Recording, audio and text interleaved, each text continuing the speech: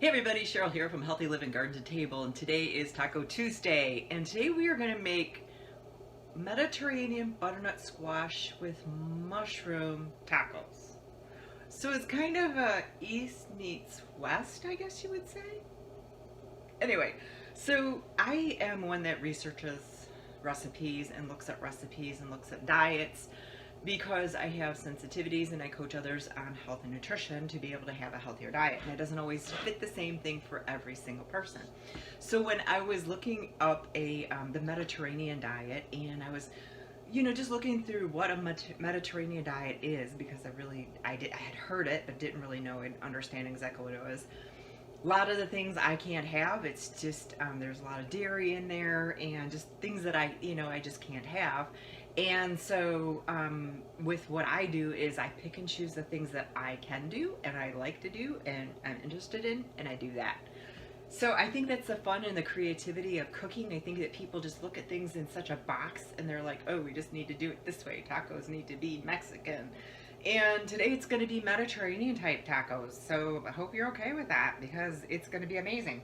So the one thing that I want to show you that I had, well, first of all, I want to, it has mushrooms in it. It has butternut squash in it. We're going to put some red cabbage on it, and I have some beautiful corn tortillas that were made locally that I'll discuss. A bunch of herb, and this is going to have a chimichurri type sauce on it. It's cilantro and it's got a little oregano and parsley, again with the whole Mediterranean thing. So let me do this. Let me get the butternut squash in the oven, because that's going to take the longest. Let me heat the oven up real quick to 400. I'm going to put mine under 430 because my oven is a little older and it cooks slower, so you might want to put yours on 400. And it's going to be about a 35-minute cook. So I'm going to go ahead and put that on. I already started cutting some of this squash just because I want to get a head start on it. And what you want to do is you want to make sure you put, you want to make sure that the pieces are, bite-sized. So you want to make them a little smaller than you might otherwise. Like I said, you want to make sure that you put them, in bite-sized pieces so that they cook fast, and so that when you're eating them in a taco, you don't have these big pieces of butternut squash. I'm even cutting these a little smaller than I did already. You're going to need about 2 to 3 cups, should do it. Another reason why I started cutting my butternut squash, I want to make sure the size of the butternut squash was big enough and not too big or whatever. It's not. Can you ever really have too much? I don't think so. Leftovers are a good thing in my house. We do eat leftovers. I know that some people, they do not eat leftovers, and it's just, it bewilders me, because the flavors just meld a little bit better together. Okay, these look good. I'm going to go ahead and put these back and start on these other ones. Anyway, when I started researching the Mediterranean diet, the one thing that I noticed, which I love herbs. I have a whole cupboard full of spices and herbs that, I use them all the time. And, some of them do go bad. I've had some that have gone bad before. It's not like I never have. But, for the most part, I do run out. These, what I saw was a lot of fresh herbs and a lot of marinating. So what we're going to do is I'm going to show you these mushrooms. When you marinate food, it tends to cook it a little bit. So when you marinate, so if you ever marinated chicken, like sometimes I'll take a chicken in the morning and I'll put it in a zip top bag, cut it up, and put it in with olive oil and a lemon juice and some spices to make like chicken fajitas that night. And you're actually cooking the meat, because the lemon juice actually, it's the high acid, and it starts cooking it. Well, the same thing with our marinated mushrooms, and I'm going to show you how to do that. It already kind of cooks it, and they do that a lot in their cuisine, is they do a lot of marinating. So I'll show you that. Okay, now good. Okay, so I have this big old bowl over here, and what I'm going to do is I'm going to take and I'm going to put the ingredients for putting on the butternut squash to bake those in the bowl so that I can toss it. It's going to call for a 1/4 cup of olive oil. I'm just going to kind of eyeball it. You can be better than me and measure it. And then it's going to call for a 1/4 teaspoon of chili powder. Oops, I missed a piece of butternut squash there. Wait, where's my little measurements? Here, there. I knew I had my spoons over here. It's a small counter, I get it.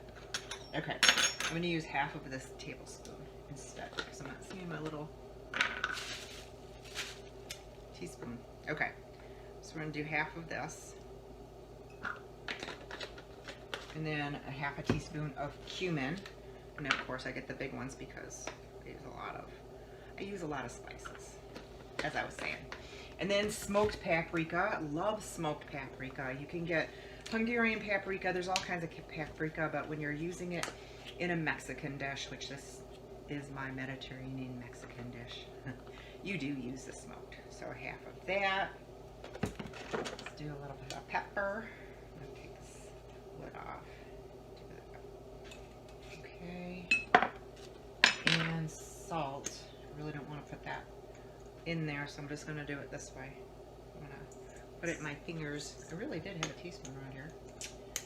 Okay, so we're going to mix that up, and then we're going to put the squash in here because I don't want it to. I want to make sure that it gets coated with all of it.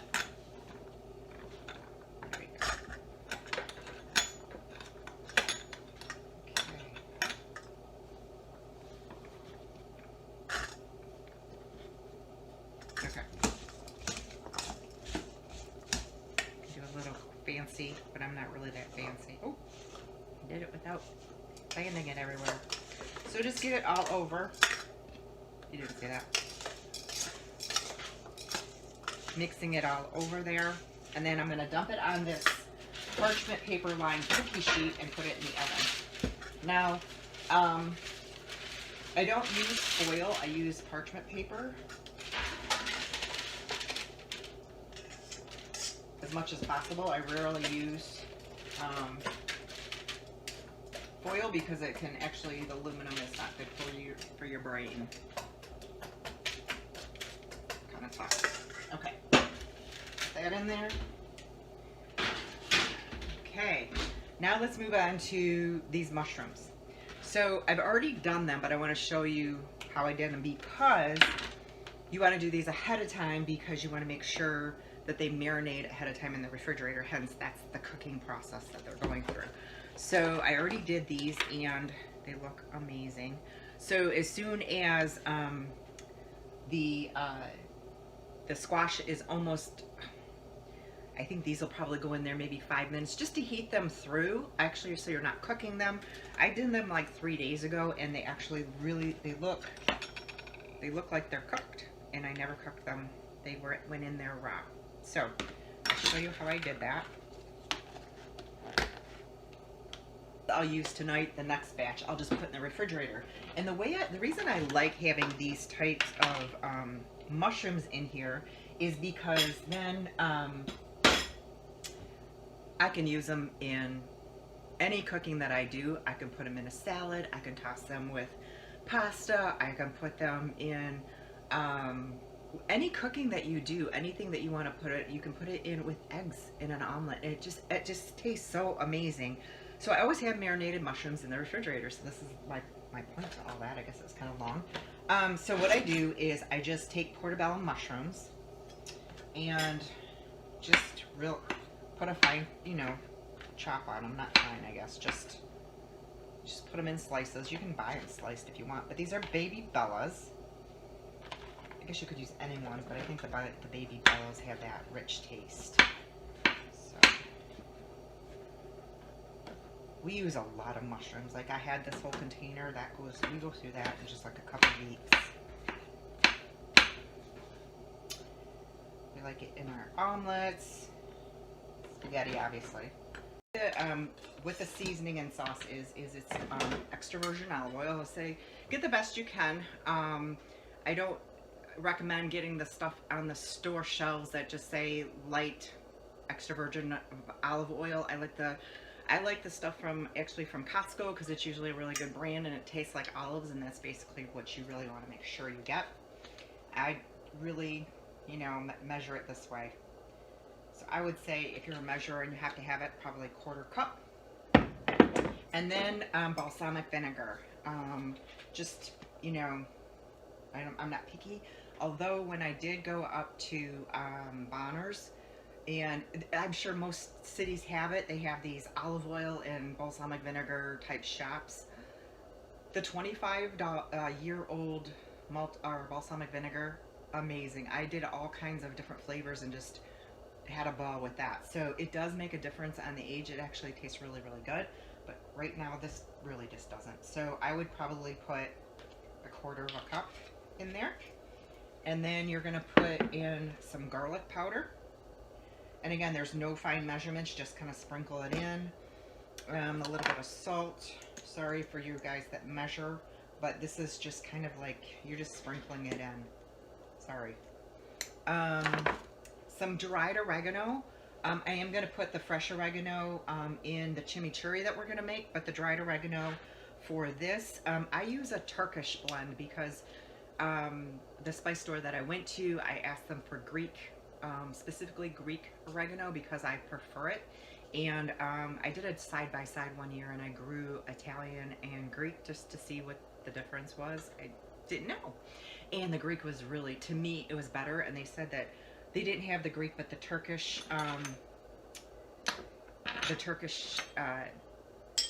oregano is just what's equal to that. And it smells like it is. So a good amount in there. And then that's pretty much garlic. So I'm going to make sure I got everything. Garlic. Onion powder. Sorry about that. Gotta have that onion powder in there. Okay. Alright.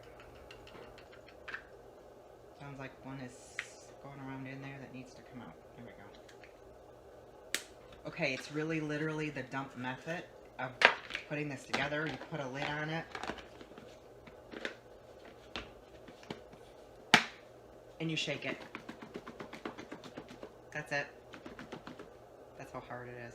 So you put this in the refrigerator. Like I said, I would do it, like if you were to make this tonight and you want to do it in the morning, I'm sure it would be fine. Because you are going to put it in the oven at the end of baking. And which reminds me, I've got to stir. So it cooks evenly and quicker when you stir it. Looking good. Okay, now we are going to make our chimichurri. So when you make your chimichurri, again, it's pretty much a chop and drop. Get this out of the way. You're gonna chop up some of the vegetables, put it in whatever. I have a Vitamix I'm gonna put it in, or you can go ahead and put it in a food processor. So you're gonna need 3 cloves of garlic. Now I still, give them a good chop because you just don't want any big pieces to be lingering in there. I'm going to use this as my garbage bowl.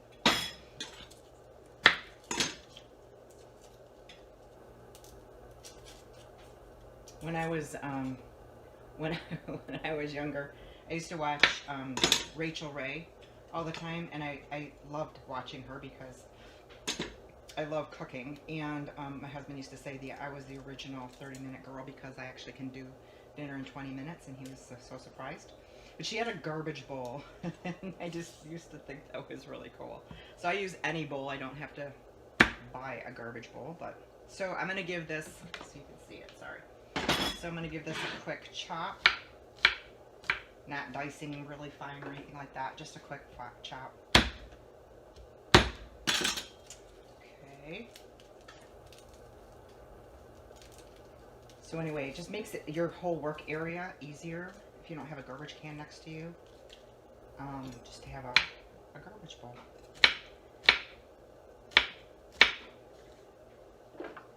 So a knock tip. my learning days of food TV.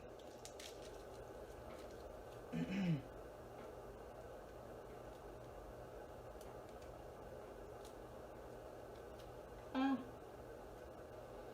Okay, let me do a quick edge off. Okay. And then it calls for, it also calls for a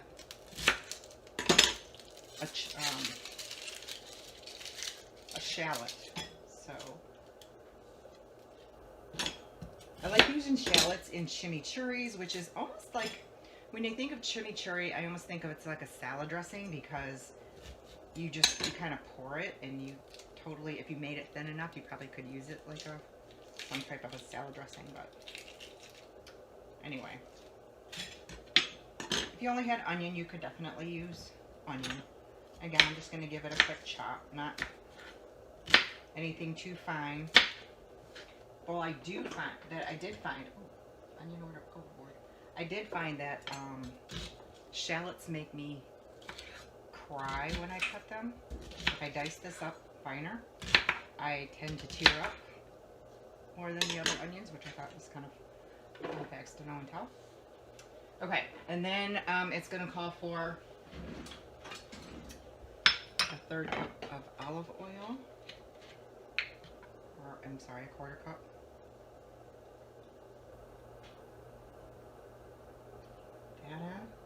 And then it's going to be another 1/4 cup. You're going to like slowly drizzle it in, so it'll be a 1/2 cup total.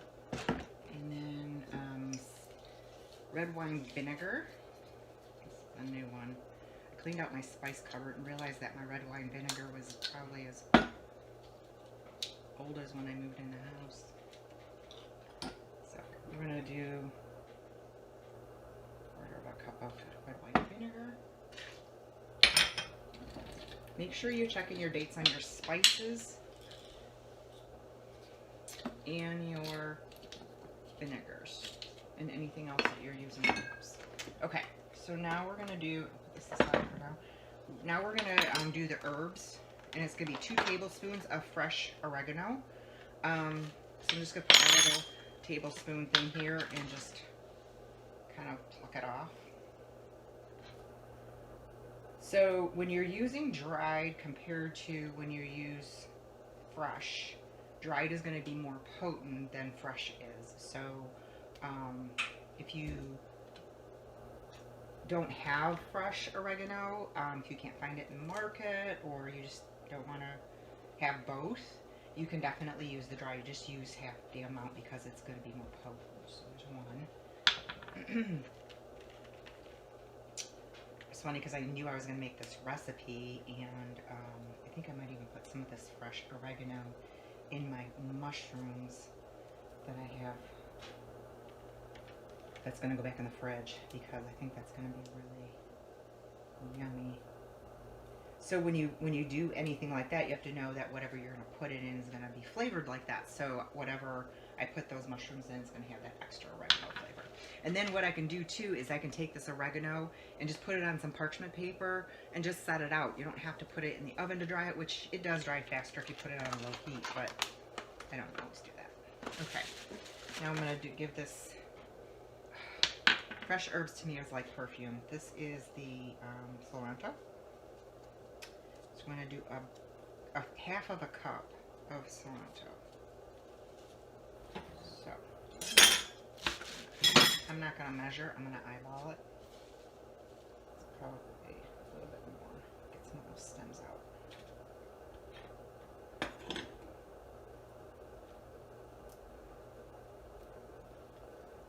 Okay. It's probably a little bit more than I have, but it's okay. When I do herbs, I always make sure I wrap it like this, like it's like a cigar leaves or something like that, and you're just going to give it a quick chop, and it just makes it chop a little further. And I like doing this before I put it into the blender, because when you turn the blender on, you don't want to turn it on for too long, because it just makes it just so mushy as opposed to something thin and nice and smooth. So you just put that in. Okay. And then we have parsley, same thing, 1/2 cup.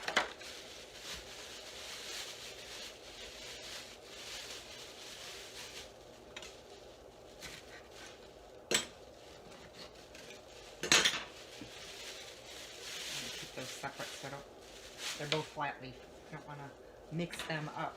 Again, I'm just going to roll this into a little cigar as tight as I possibly can. And then when I put parsley's a little easier because then you bring it right around real tight. There we go. And then just give it a quick chop. And we'll run it around one more time. Okay. And then we're going to do some lemon juice. Actually, I'm going to put a little salt in there. Don't want to forget to season it. I'm not going to do this whole tablespoon of salt. I'm just going to do half. Which will be one teaspoon. Put that in there. Okay. Give the lemon a little bit of a roll here, just so that it gets all the juice out of it.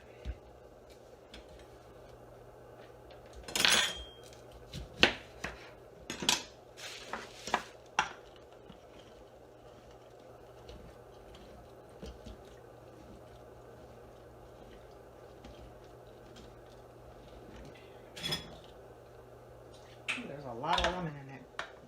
A lot of juice in that lemon. Okay.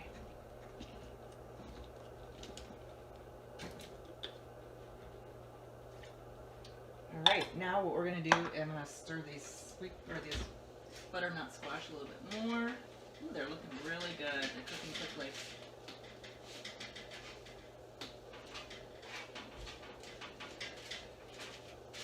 And they cook quicker, like I said, the smaller that you put them. So I'm going to put this on give it a quick buzz around here.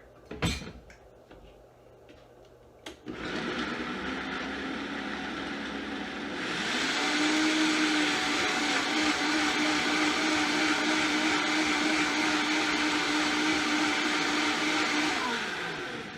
that is a nice sauce. That's pretty.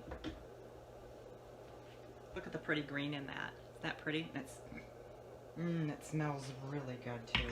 Okay. Alright, that's done.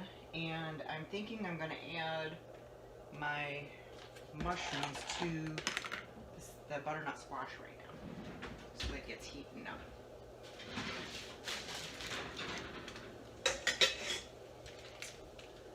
Okay, we're going to move them over. What did I do with that? Just there it is. Just going to move it over a little bit on the pan. And put that right there just to heat up. Okay.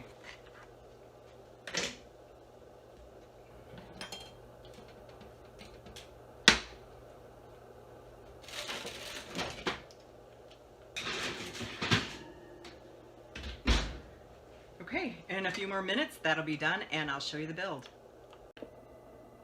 Okay, and we're back. So the butternut squash and the mushrooms are out of the oven, and they're done.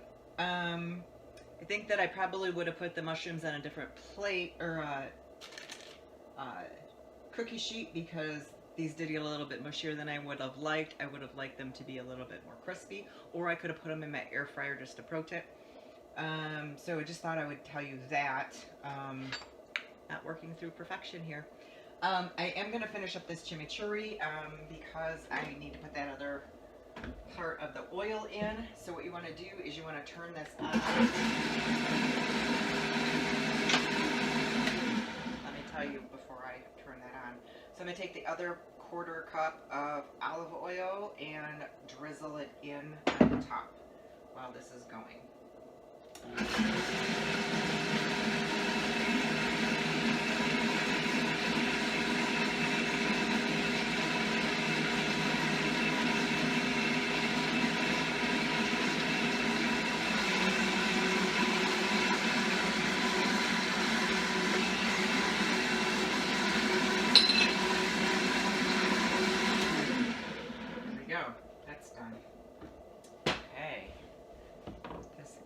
For later, I'm going to pour it on. It's a little runnier than I probably would have liked it. I probably would have not maybe put it on as much. Okay, so let's, I'm going to cut this avocado because I'm going to put that on there. Give that a quick slice, and when you cut through an avocado on the other side, you just kind of give it a quick twist, and it comes apart. And then I'm gonna leave the seed in there because it makes it where it doesn't brown as fast. But if I was gonna use it, I would just go give it a quick hit in the middle, and then just give it a quick turn, and the seed would come out. But we're not gonna do that because I'm not gonna use the whole thing. So what I do is I just kind of score it down the middle for little slices so that it comes out really nice. And I'll just use my spoon and scoop it out, and all those little slices will come out as well. There you go. There. Okay. Okay, now I am using corn tortillas today. And I love these I found these corn tortillas at the market, local market here. And they're 313 urban tortilla corn chips, which means they're local to Michigan. 313 is the first Detroit area code, 313. And I think that's so cool that it is, there's no animal byproducts. It's cholesterol free, and there's no palm oil in it. It has, it's dairy free, it's soy free, it's zero trans fat, no sugar added. It's peanut and nut tree free, and it's gluten free. That's a really good that's a really good corn tortilla if you ask me, and it's local, which I think is very important that I support. So let's build this a little bit here. I'm gonna open this shredded cabbage here so that I can just build quickly. Okay. So I'm gonna put the shredded cabbage on first. So I like putting the cabbage on first because then it doesn't let anything else soak through. That's kind of like your little base layer. And then I'm going to put some of this yummy squash on there. It smells nice and smoky. And then the mushrooms, they look amazing. And then I'm going to put a little bit of chimichurri on here. Not bad at all. Okay, and then a couple of one piece, because it's a small taco of the avocado. This looks really, really good. I'm super excited. Let me give it a quick taste for you.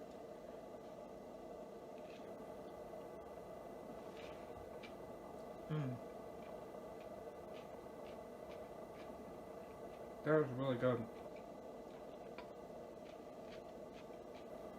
East meets West, Mediterranean tacos.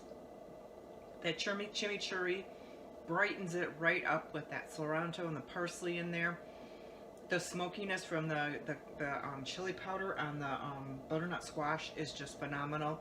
And the Mediterranean spices on those mushrooms, it's layer after layer after layer of flavor that is just phenomenal. And then the creaminess of the avocado just kind of like smooths it all out. This is good. This is gonna go in the rotation a little bit more.